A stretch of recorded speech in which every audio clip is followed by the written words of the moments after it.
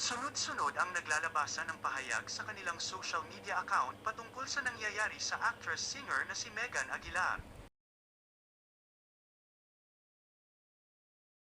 Malaman ko na talaga nagbago na siya.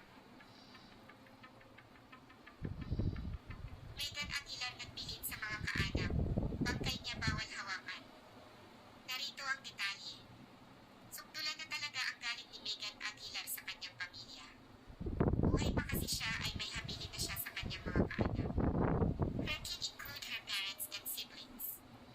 Nakakapangilabot nga ang bilin niya na kung sakaling mawawala siya sa mundo, bawal daw ang hipuin o hawakan ang kanyang malamig na bangkay.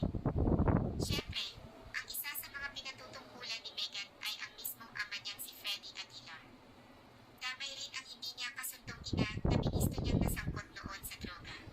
Nakapag-usap na rin sina Megan at ang kanyang ina sa comment section ng isang post.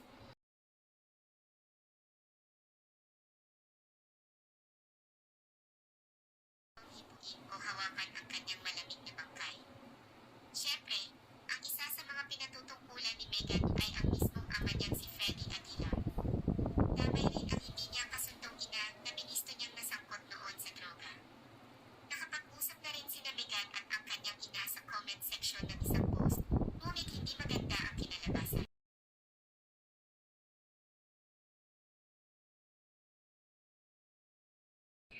I am forbidding and removing all illegal authority from my parents, siblings and the rest of my bloodline to go near and touch my corpse, just to manipulate my situation to their F-word advantage all over again.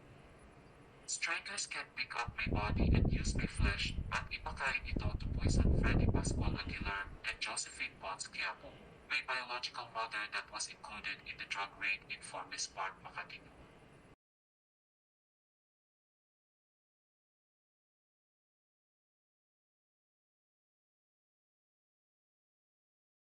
Sa ipinagbabawal na gamot.